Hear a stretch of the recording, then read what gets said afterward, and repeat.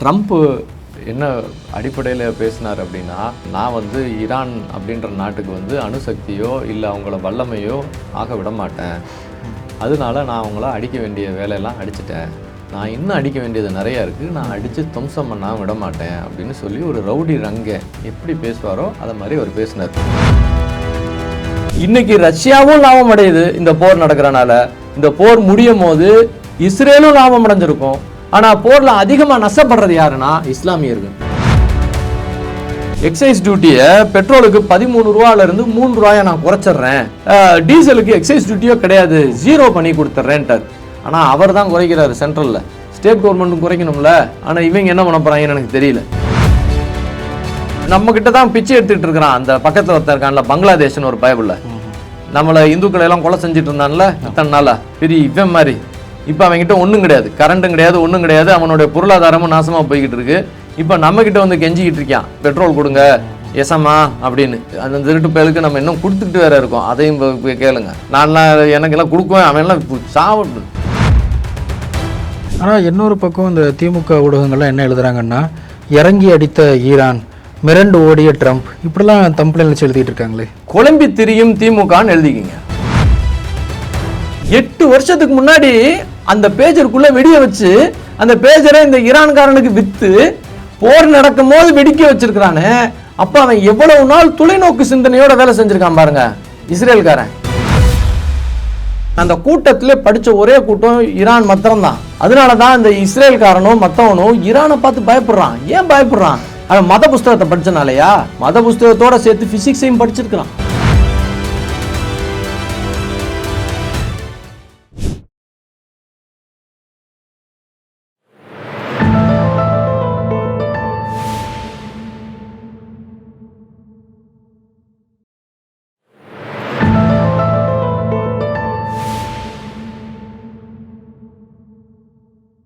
தாமரை TV நேயர்களுக்கு அன்பு வணக்கம். இன்றைய நேர்காணலில் ஆர்கிடெக்ட் திரு ரமேஷ் சேதுராமன் அவர்களோடு உரையாட இருக்கிறோம். சார் வணக்கம். கிட்டத்தட்ட 1 மாதத்திற்கும் மேலாக அமெரிக்கா ஈரான் அந்த யுத்தம் நடந்துகிட்டு இருக்கு. ஒவ்வொரு நாடுகளையும் ஒவ்வொரு விதமான ஒரு தாக்கத்தை உண்டாக்கியிருக்கு. குறிப்பாக ட்ரம்ப் அவர்கள் நேற்றைக்கு பத்திரிகையாளர் சந்திப்பு, அவருடைய பேட்டி வந்து வெளியிட்டிருக்காங்க. அதில் முக்கியமாக என்ன குறிப்பிட்டிருக்காங்க சார்? சார், அதாவது 2-3 நாளாகவே வந்து ட்ரம்ப் இந்த மாதிரி பேச போகிறாருன்னு நேற்றுலேருந்தே பேச ஆரம்பிச்சிட்டாங்க. ஸோ நிறைய பேர் 2-3 நாளாக என்ன நினச்சிக்கிட்டு இருந்தாங்க அப்படின்னு சொன்னோம்னா, ஒருவேளை அமெரிக்கா வந்து போரை நிறுத்துமோ, அதனால் போரை நிறுத்தினால நம்மளுக்கு பெட்ரோல் டீசல்லாம் கொஞ்சம் பிரச்சனை இல்லாமல் வருமான்ற ஒரு மைண்ட் செட்டில் மக்கள் இருக்காங்கன்னா, மக்களை பொறுத்த வரைக்கும் அவங்களுக்கு கேஸ் பிரச்சனை, பெட்ரோல் டீசல் பிரச்சனை வராமல் இருக்கணும், அவ்வளோதான் அவங்க மைண்டில் இருக்க போகுது. ஸோ அதனால் இந்த போர் சம்மந்தமான சிந்தனைகள் மக்களுக்கு பெட்ரோலை வச்சு தான் இருக்குது. அது அப்படி தான் நிறைய பேர் இருக்கிறாங்கன்னு நான் நினைக்கிறேன். அது எல்லாருமே ட்ரம்ப் என்ன பேசுகிறாருன்னு இந்த வட்டம் கவனிச்சிட்டு இருந்தாங்க. பட் ட்ரம்ப்போடைய பேச்சு வந்து இன்றைக்கி சில முக்கிய விஷயங்களை நம்மளுக்கு கற்றுக் கொடுத்துருக்கு, யோசிக்க வச்சுருக்குது. அதை பற்றி இன்றைக்கி முடிஞ்ச வரைக்கும் வேகமாக சொல்கிறதுக்கு நான் பார்க்குறேன். அதுபோக நம்மளுடைய பிரதமர், வெளியுறவுத்துறை அமைச்சர், முக்கியமான ஆளுங்க, ஃபைனான்ஸ் மினிஸ்டர் எல்லோரும் சேர்ந்து அவங்களும் மீட்டிங் போட்டிருக்கிறாங்க. நேற்றும் போட்டிருக்காங்க. தொடர்ந்து இந்த தமிழ்நாடு எலெக்ஷன் கூட அவங்களுக்கு டைம் ஒதுக்கலை. ஏன்னா இதெல்லாம் நீங்களே பார்த்துங்கன்னு கட்சிக்காரங்க கிட்ட விட்டாங்க. பிரதமர் அமித்ஷா பிரதமர் எல்லாருமே அதில் ஃபுல்லாக பிஸியாக இருக்கிறாங்க. ஏன்னா அவங்களுக்கு வந்து இந்த பர்டிகுலர் விஷயம் எவ்வளோ முக்கியமானது இந்தியாவுக்கும் இந்திய பொருளாதாரத்துக்கும்னு அவங்களுக்கு தெரியும். ஏற்கனவே பிரதமர் வேறு பார்லிமெண்ட்டில் சில விஷயங்கள்லாம் பேசினார். உங்களுடைய சேனல்லே அதை சம்மந்தமாக பேசியிருக்கோன்னு நினைக்கிறேன் நம்ம. ஸோ அப்பயுமே அவர் இந்த போர் சம்மந்தமான விஷயங்களை பற்றி பேசினார். இப்போ பிரதமர் என்ன பேசினாருன்றதை சொல்கிறதுக்கு முன்னாடி அமெரிக்க ஜனாதிபதி ட்ரம்ப் என்ன பேசினார், அது நம்மளுக்கு என்ன வகையில் இதாகும் அப்படின்றத ஃபஸ்ட்டு அதுக்குள்ளே போயிடுவோம். இப்போ ட்ரம்ப் என்ன அடிப்படையில் பேசினார் அப்படின்னா, நாங்கள் வந்து போரில் அடிக்க வேண்டியதெல்லாம் அடிச்சிட்டோம். நான் வந்து ஈரான் அப்படின்ற நாட்டுக்கு வந்து அணுசக்தியோ இல்லை அவங்கள வல்லமையோ ஆக விட மாட்டேன். அதனால நான் அவங்கள அடிக்க வேண்டிய வேலையெல்லாம் அடிச்சிட்டேன். அதுக்காக நான் போர்லேருந்து வெளியேறுவேன்லாம் நினைக்காதீங்க.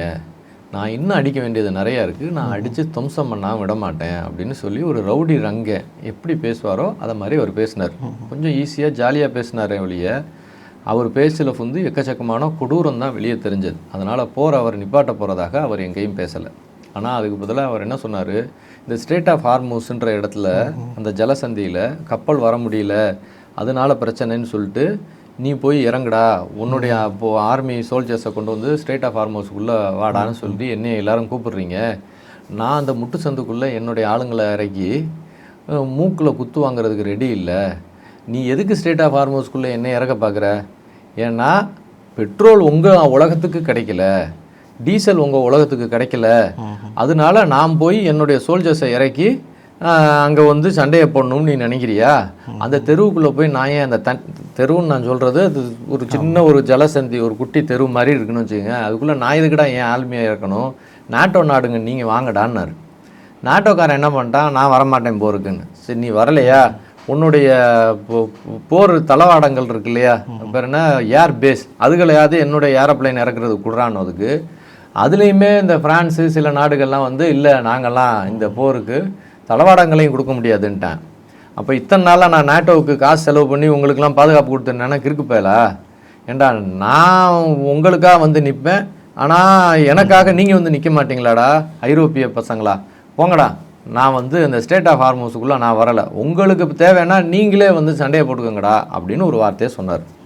இன்னொன்று என்ன சொன்னார், பெட்ரோல் டீசல்லாம் எங்ககிட்ட நிறையா இருக்குது, உலகத்துலேயே அதிகமான குரூட் ஆயில் வச்சுருக்கிற நாடு அமெரிக்கா, ரெண்டாவது அதிகம் குரூட் ஆயில் இருக்கிற நாடு வெனிசுவேலா. இப்போ நாங்கள் வெனிசுவேலாவுடைய பிரதமரையும் பிடிச்சி அந்த நாட்டையும் என் கண்ட்ரோலில் தான் வச்சுருக்கேன்.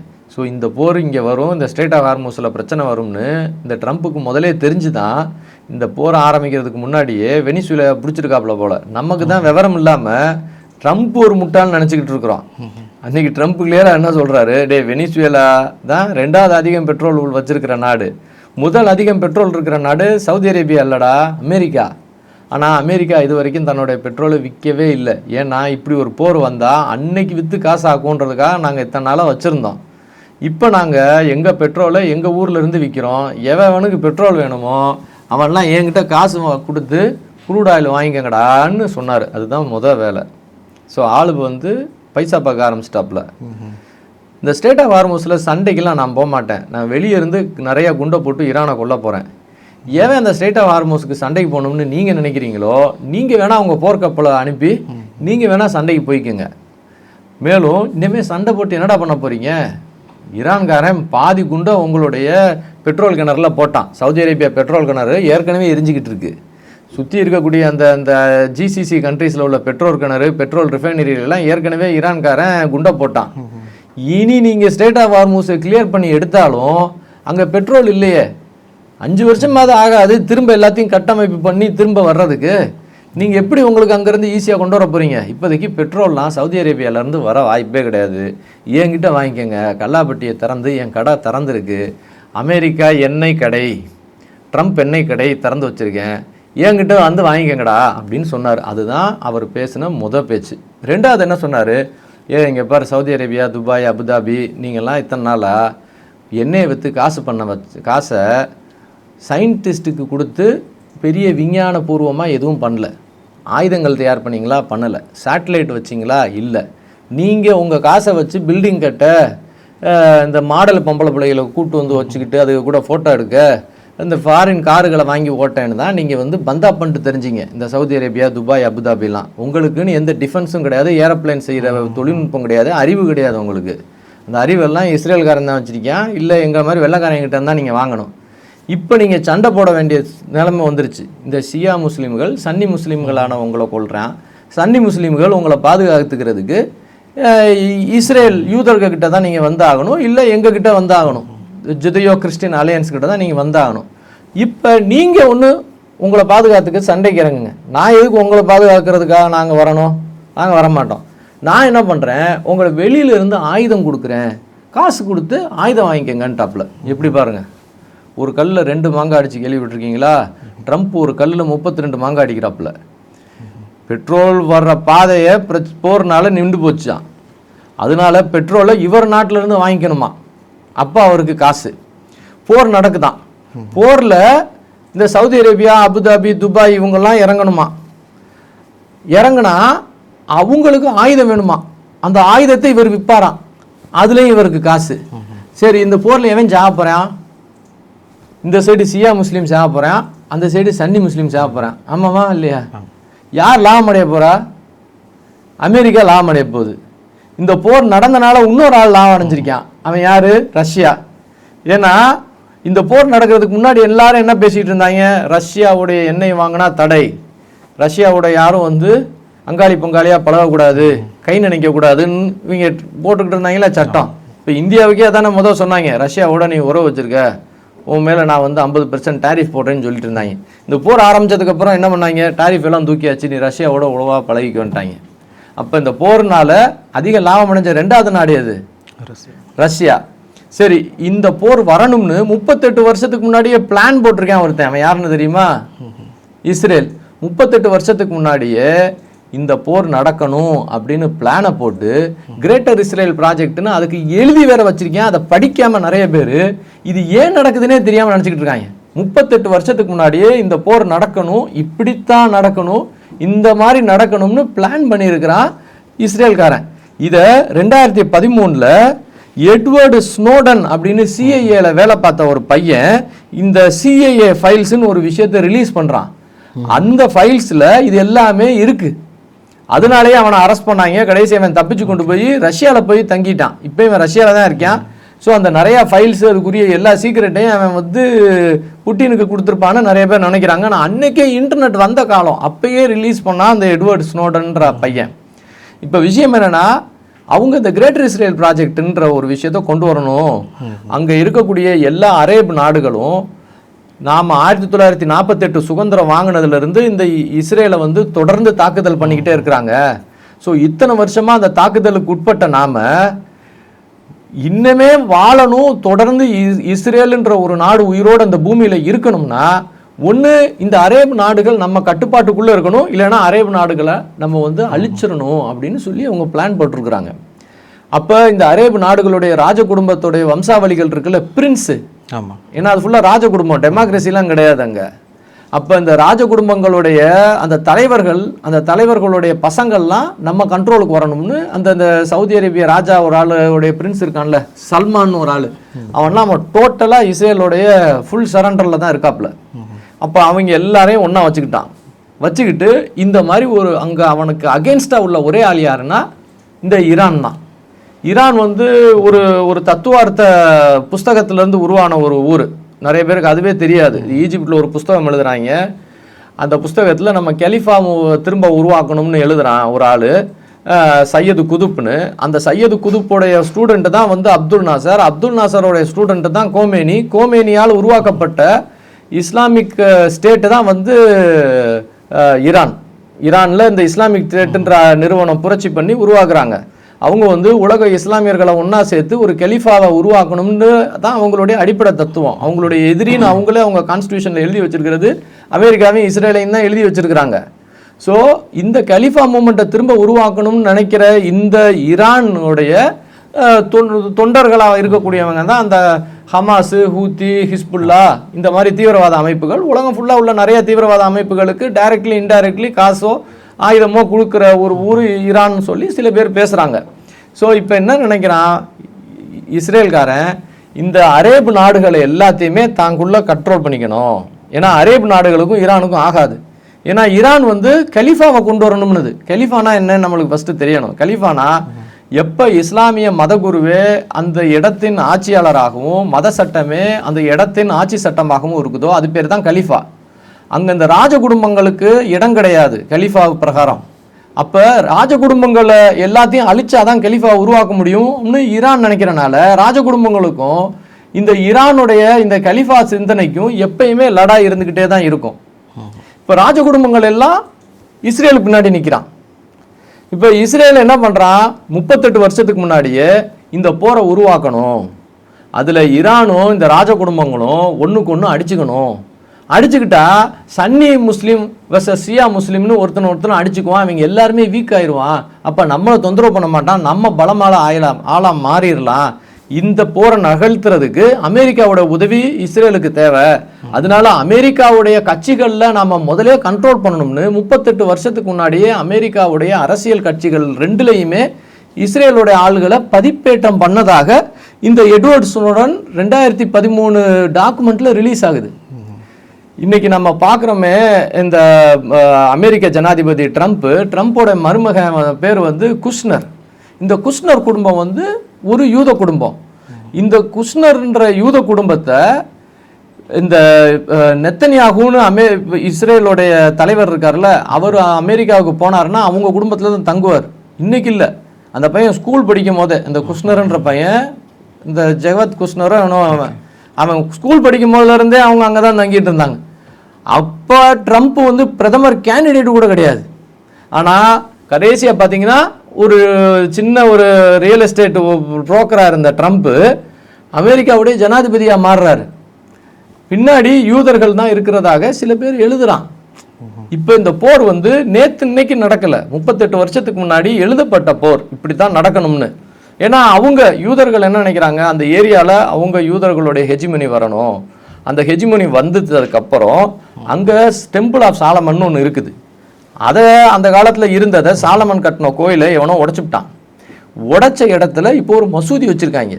அந்த மசூதி பேர் அல்-அக்ஸான்ற மசூதி. அந்த கிரேட்டர் இஸ்ரேல் ப்ராஜெக்டில் யூதர்கள் என்ன எழுதுறான், நாம் திரும்ப நம்ம டெம்பிள் ஆஃப் சாலமனை கட்டணும். அப்படி கட்டணும்னா அந்த அல்-அக்ஸா மசூதியை வந்து அகற்றணும். அகற்றதுக்கு இந்த போரை நடத்தணும். சுற்றி இருக்கக்கூடிய அரேப் நாடுகள் எல்லாம் ஒன்றுக்கு ஒன்று சண்டை போட விட்டு வீக் ஆக்கணும். ஒன்ஸ் வீக் ஆனதுக்கப்புறம் ஏதோ மிசைல் வந்து அல்-அக்ஸால யதார்த்தமாக விழுந்த மாதிரி ஒரு கதையை கட்டணும். அப்படி கட்டி அல்-அக்ஸா உடஞ்சிருச்சுன்னு சொல்லிட்டு திரும்ப நம்மளுடைய டெம்பிள் ஆஃப் சாலமனை கட்டணும்னு அவன் எழுதி வச்சிருக்கான். இது 2013 ரிலீஸ் ஆன டாக்குமெண்ட்ஸை வச்சு தான் நம்ம பேசுகிறோம். ஸோ யார் வேணாலும் எடுத்து படிக்கலாம். ஸோ இது கிரேட்டர் இஸ்ரேல் ப்ராஜெக்டில் ஏற்கனவே அவங்களுக்கு இருக்குது. ஸோ இந்த போர் யதார்த்தமாக நடக்கலை. ஸோ இந்த போர் நடக்க அதிக லாபம் அடைய போகிற 3வது பெரிய நாடு எது அப்படின்னு சொன்னோம்னா இஸ்ரேல். ஸோ பெரிய லாபம் அடைகிறது அமெரிக்கா. அமெரிக்கா போர் வந்தனால பெட்ரோலையும் விற்கிது, ஆயுதத்தையும் விற்கிது, அமெரிக்கா லாபம் அடையுது. 2வது அதிக லாபம் அடைகிற நாடு ரஷ்யா. ஏன்னா அந்த போர் வந்தனால தான் ரஷ்யாவுக்கு இப்போ மதிப்பு வந்திருக்கு. திரும்ப சரக்கு இதுக்கெல்லாம் இது பண்ணி கொண்டு வர முடியுது. ஏன்னா ரஷ்யாவுடைய உதவி இல்லாமல் அவனால் மிசைல்லாம் அனுப்ப முடியாது. இப்போ ஈரான் மிசைல் அனுப்புகிறானே, அது எத்தனையோ 1000 கிலோமீட்டருக்கு அந்த சைடு இருக்கிற துபாயில் உள்ள கரெக்டான பில்டிங்கில் போய் உழுகணும்னா அதுக்கு சேட்டலைட் உதவி தேவை. ஈரான்கிட்ட சேட்டலைட் கிடையாது, ரஷ்யா தான் சேட்டலைட் கொடுத்து உதவுது. அதே மாதிரி ரஷ்யா தான் அந்த மிசைல்களையுமே ஈரானுக்கு கொடுக்குது. ஸோ ரஷ்யாவுடைய உதவி இல்லாமல் ஈரானால் அந்த மிசைல்களை குறிப்பார்த்து அடிக்கவே முடியாது. ஸோ இன்னைக்கு ரஷ்யாவும் லாபம் அடையுது இந்த போர் நடக்கிறனால. இந்த போர் முடியும் போது இஸ்ரேலும் லாபம் அடைஞ்சிருக்கும். ஆனால் போரில் அதிகமாக நஷ்டப்படுறது யாருன்னா இஸ்லாமியர்கள் அதிகமாக நஷ்டப்படுவாங்க. சன்னி சியான்னு மாறி மாறி இவங்களே அடிச்சுக்கிட்டு இவங்க பெட்ரோல் கிணறும் உடஞ்சி இவங்களுடைய வருமானமும் போய் துபாயில் வந்து எக்கச்சக்கமான பேர் நம்ம ஆள் இருக்கான். அந்த ஏரியா ஃபுல்லாக பார்த்தீங்கன்னா ஆல்மோஸ்ட் 1 கோடி இந்தியர்கள் வேலை பார்க்குறான். அந்த ஜிசிசி கண்ட்ரீஸில் மாத்திரம் இந்தியர்களே 1 கோடி பேர் வேலை பார்க்குறான். அவனுக்குலாம் இனிமேல் வேலை இருக்காது. அவங்கெல்லாம் அவசரமாக வேறு வழி இல்லாமல் இங்கே வருவாங்க. இன்னும் சில பேர் இன்னும் நம்பிக்கிட்டு இருக்காங்க அங்கே நம்ம இருக்கலாம், அந்த போர் நின்றுடும், நாளை நம்மதே நினச்சிக்கிட்டு ஏதோ பாட்டு பாடிட்டு உட்காந்துருக்காங்க. அதெல்லாம் வாய்ப்பு இல்லை. இந்த போர், இந்த ட்ரம்ப் பேசுகிற பேச்சை பார்த்தா இந்த போர் இன்னும் பெருசாக தான் ஆகும். அப்படியே நின்றாலும் ஒரு வாரம் 2 வாரம் டெம்பரவரியாக நிற்கிற மாதிரி ஒரு ட்ராமாவை போட்டு திரும்ப ஆரம்பிச்சிருவானுங்க. அப்போ அங்கே இருக்கிற தண்ணி கிணறுலாம் இருக்கு பாருங்கன்னா, தண்ணி சுத்திகரிப்பு இடம், டீசாலினேஷன் பிளான்ட், அதில் எல்லாம் குண்டை போட்டாங்க. நம்ம ஏற்கனவே இதே சேனலில் பேசியிருந்தோம். அந்த போர் வர்றதுக்கு சில மாதங்களுக்கு முன்னாடி இந்த போர் வர்றதுக்கு வாய்ப்பு இருக்குன்னு பேசியிருந்தோம் அந்த சேனலில். அதே மாதிரி போர் வந்ததுக்கு அப்புறமும் டீசாலினேஷன் பிளான்ட்டில் குண்டை போடுவான், தண்ணி கிடைக்காம போகும். தண்ணி இல்லைன்னா அந்த நகரங்கள்லாம் அத்தனை பேருக்கு குடிக்கவே தண்ணி இல்லைன்னா வாழ வழி இல்லை. இதெல்லாம் பற்றி பேசியிருந்தோம். ஸோ அதெல்லாம் திரும்ப நடக்கும். அப்போ மோடியும் அவருடைய பார்லிமெண்ட் ஸ்பீச்சில் பேசும்போது ஃபஸ்ட்டு எடுத்தோடனே இந்த விஷயம் தான் சொன்னார். 1 கோடி பேருக்கு மேலே நம்ம இந்தியர்கள் வந்து அங்கே இருக்கிறாங்க, அவங்களெல்லாம் பாதுகாப்பாக இந்தியாவுக்கு திரும்ப கூட்டு வர வேண்டிய அவசியம் இந்தியாவுக்கு இருக்குன்னு சொல்லியிருந்தார். பாயிண்ட் 1. பாயிண்ட் 2 என்ன சொல்லியிருந்தார், 3,75,000 இந்தியர்களை வெளிநாடுகள்லேருந்து போர் நடக்கிற இடங்கள்லேருந்து பாதுகாப்பாக நம்ம இந்தியாவுக்குள்ளே கூட்டு வந்துட்டோன்னு ஒரு வார்த்தை சொன்னார். 1000 சொச்சம் ஸ்டூடெண்ட்ஸு, எம்பிபிஎஸ் ஸ்டூடெண்ட்ஸு ஈரானில் படிச்சுட்டு இருந்தாங்க, அவங்கள பாதுகாப்பாக இந்தியாவுக்குள்ளே தனி ஏரோப்ளைன் வச்சு கூட்டு வந்துட்டேன்னு சொல்லி பிரதமர் மோடி சொல்லியிருந்தார் பார்லிமெண்ட்டில். ஆனால் நாம் மறந்துடக்கூடாது, அவர் சொன்ன 3,75,000 பேர் நான் கூட்டு வந்தேன் இந்தியர்கள்னு சொன்னாரே, அவங்க வெறும் இந்தியர்கள் மாத்திரம் இல்லை, இஸ்லாமிய இந்தியர்கள். 1000 சொச்சம் எம்பிபிஎஸ் ஸ்டூடெண்ட்ஸு ஈரானில் படிச்சுட்டு இருந்தாங்க, அவங்களெல்லாம் பாதுகாப்பாக தனி விமானம் வச்சு கூட்டு வந்தேன்னு சொன்னார். அவங்களாம் இஸ்லாமிய பசங்க. ஆனால் பிரதமரோட மோடியோடைய அவருடைய உயர்ந்த சிந்தனை எப்படி இருக்கு பாருங்க. நான் 3,75,000 இஸ்லாமியர்களை காப்பாற்றி கூட்டு வந்தேன்னு சொல்லலை, 1000 சொச்சம் இஸ்லாமிய MBBS ஸ்டூடெண்ட்ஸை காப்பாற்றி கூட்டு வந்தேன்னு சொல்லலை, அது இந்திய ஸ்டூடெண்ட்ஸை கூட்டு வந்தேன்னு சொன்னார். இங்கே இருக்கிற வேலைங்காதவனுங்க தான் தெரியாமல் மோடியை திட்டிகிட்டே இருக்கிறானுங்க. இன்றைக்குமே இஸ்லாமியர்களுக்கு பெரிய உதவியாக இருக்கிறது பார்த்தீங்கன்னா இந்தியா தான். 3000 கோடி ரூபாய்க்கு மேலே ஒருத்து மருந்தை கடந்த 1-2 வாரத்தில் அனுப்பியிருக்கு இந்தியா ஈரானுக்கு. எவனாச்சும் ஒருத்தன் பேசினானா? 3000 கோடி ரூபாய்க்கு மருந்துங்க, காசே வாங்காமல் ஓசி அனுப்பியிருக்கு. ஓசின்ற வார்த்தை சொல்லக்கூடாது, காசே வாங்காமல் இலவசமாக அனுப்பியிருக்காருங்க மோடி ஈரானுக்கு. இலவசமாக இந்த போர் நடக்குது, அங்கே செத்துக்கிட்டு இருக்கான் மக்கள், அங்கே மருந்து கிடையாது, ஒன்றும் கிடையாது, எதுவும் உள்ளே கொண்டு போகக்கூடாதுன்னு அமெரிக்கா தடை வேற போட்டிருக்கு. இதில் இந்தியா 3000 கோடி ரூபாய்க்கு மருந்து அனுப்பியிருக்குங்க அவங்களை காப்பாற்றுறதுக்கு. சாப்பாடு இது நாள் வரைக்கும் அந்த பேர் என்ன, ஒரு போர்ட் ஒன்று இருந்துச்சு பார்த்தீங்களா, அது என்ன துறைமுகம், நம்ம தான் நடத்தணும். அவன் இத்தனை நாளாக ஈரானில் ஒரு துறைமுகம் ஜபஹர் துறைமுகம்னு சொல்லி, அந்த ஜபஹர் துறைமுகம் மூலியமாக இத்தனை நாளாக கோதுமை அரிசியை இந்தியா தான் ஈரானுக்கு கொடுத்துட்டு இருந்தது.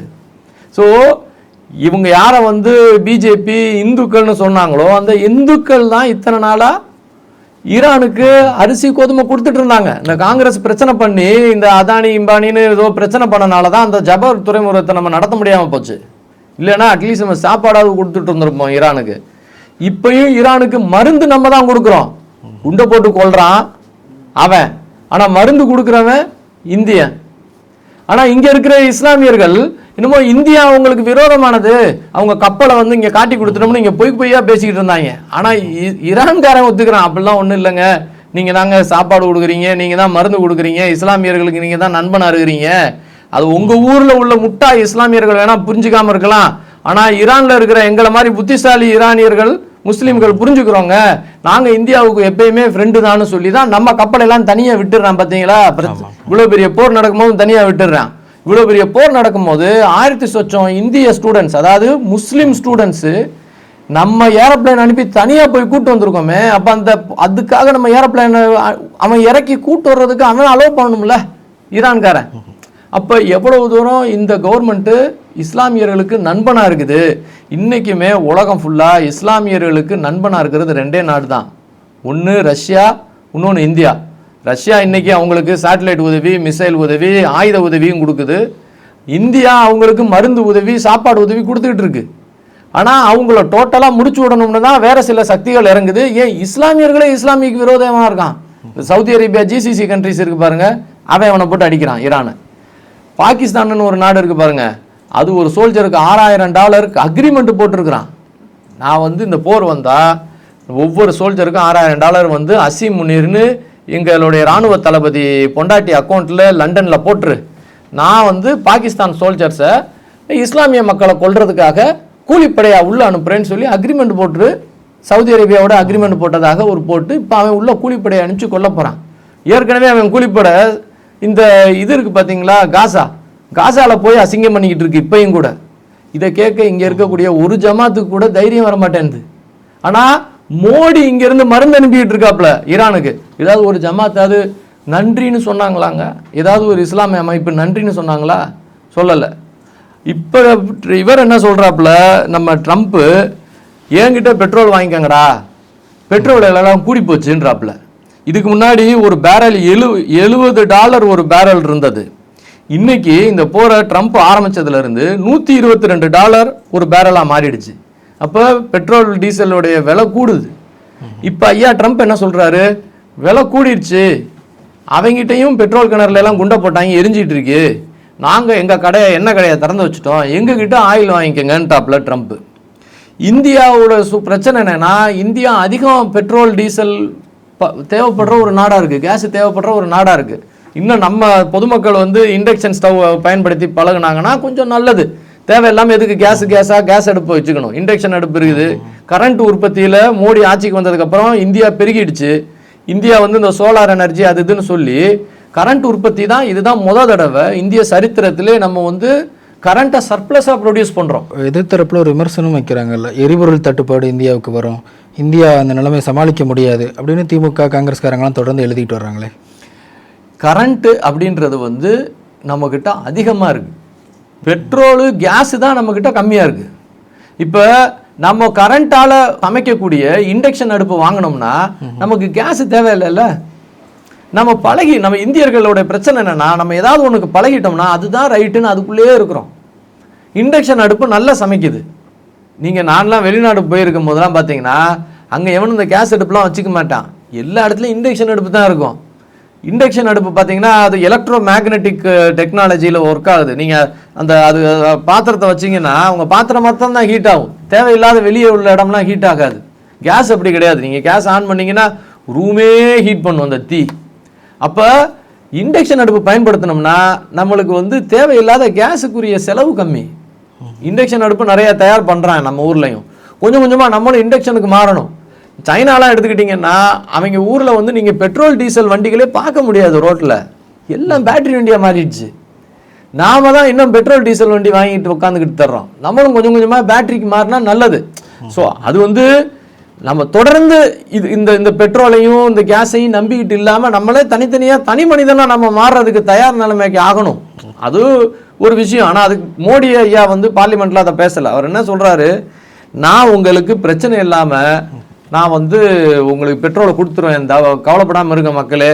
இதுக்கு முன்னாடி காங்கிரஸ் ஆட்சியில் 27 நாடுகிட்ட இருந்து க்ரூட் ஆயில் வாங்கிட்டு இருந்தோம். இப்போ நாங்கள் 41 நாடுகிட்ட இருந்து வாங்குறோம். ப்ளஸ் மோடின்ற தனி மனிதனுடைய உறவு, புட்டின்ற மனுஷன் கூட உள்ள உறவுனால நம்மளுக்கு சைனாவுக்கு போன 16 கப்பல் அப்படியே திரும்பி இந்தியாவுக்கு வந்தது.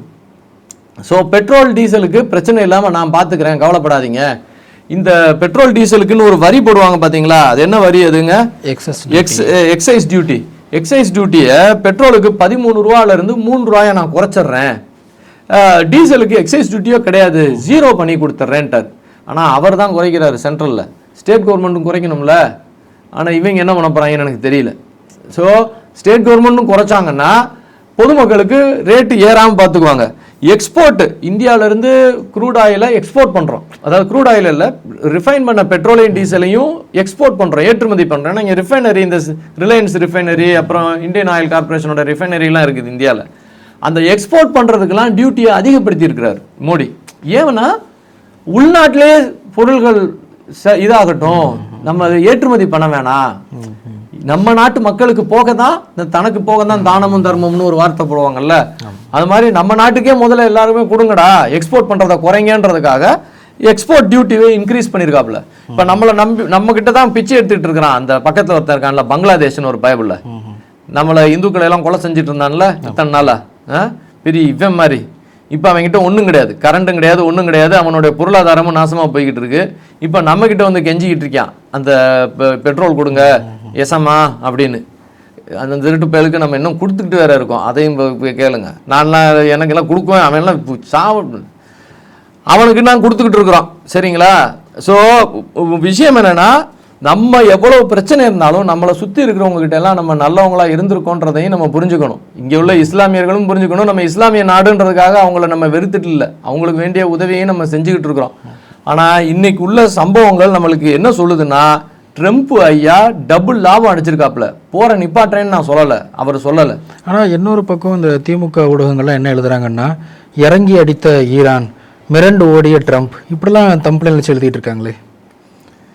குழம்பி திரியும் திமுகன்னு எழுதிக்கிங்க. என்ன சொன்னீங்க? இறங்கி அடிச்சாங்க, இறங்கி அடித்த ஈரான், பதுங்கி ஓடிய ட்ரம்ப், குழம்பி திரியும் திமுக அப்படின்னு போட்டுக்கோங்க. அவனுங்கெல்லாம் வெள்ளைக்கார பசங்கள்லாம் சாதாரண ஆள் இல்லைங்க. நீங்கள் வெள்ளைக்காரன்லாம் என்ன ஹியூமன் ரைட்ஸு மனிதாபிமானம் பேசுகிறான், அவன் நல்லவன் நினச்சிக்கிட்டு இருக்கீங்களா? வெள்ளைக்காரனுடைய சரித்திரம் ஃபுல்லாக வெறும் ரத்தத்தாலே எழுதப்பட்டது. அவன் மாதிரி ஒரு கொடூரமானவன் எவனும் கிடையாது.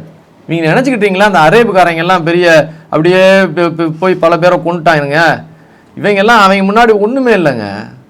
இவங்க பேயினா அவங்க ரத்த காட்டேரி, பேய்க்கும் ரத்த காட்டேரிக்கும் சண்டை சார். இது இந்த ரத்த காட்டேரியெல்லாம் சும்மா விடாது. வெள்ளைக்கார பசங்களுடைய ஹிஸ்டரி எடுங்களேன். 2 உலக போருமே வெள்ளைக்கார பயலுக்கு தாங்க பண்ணியிருக்கான். உலகத்திலே அதிக மனிதர்களை கொன்னவன் யாருங்க? வெள்ளைக்காரன் தான்.